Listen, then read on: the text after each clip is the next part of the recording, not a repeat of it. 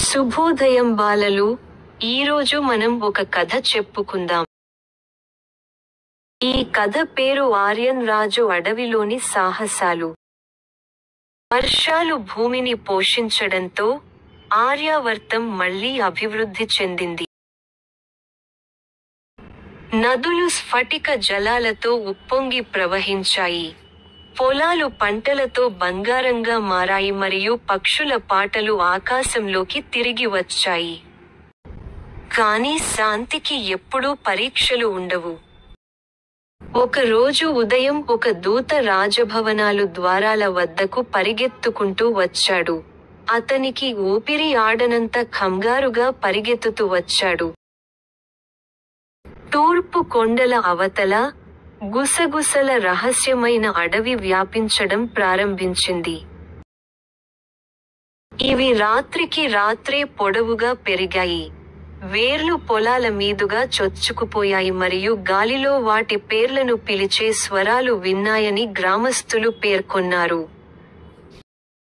అడవిలోకి ప్రవేశించిన కొందరు తిరిగి రాలేదు. ప్రజలు భయపడ్డారు.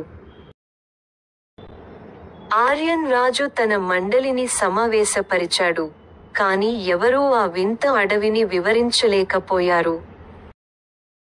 చివరికి ఆర్యన్ రాజు ఇలా ప్రకటించాడు: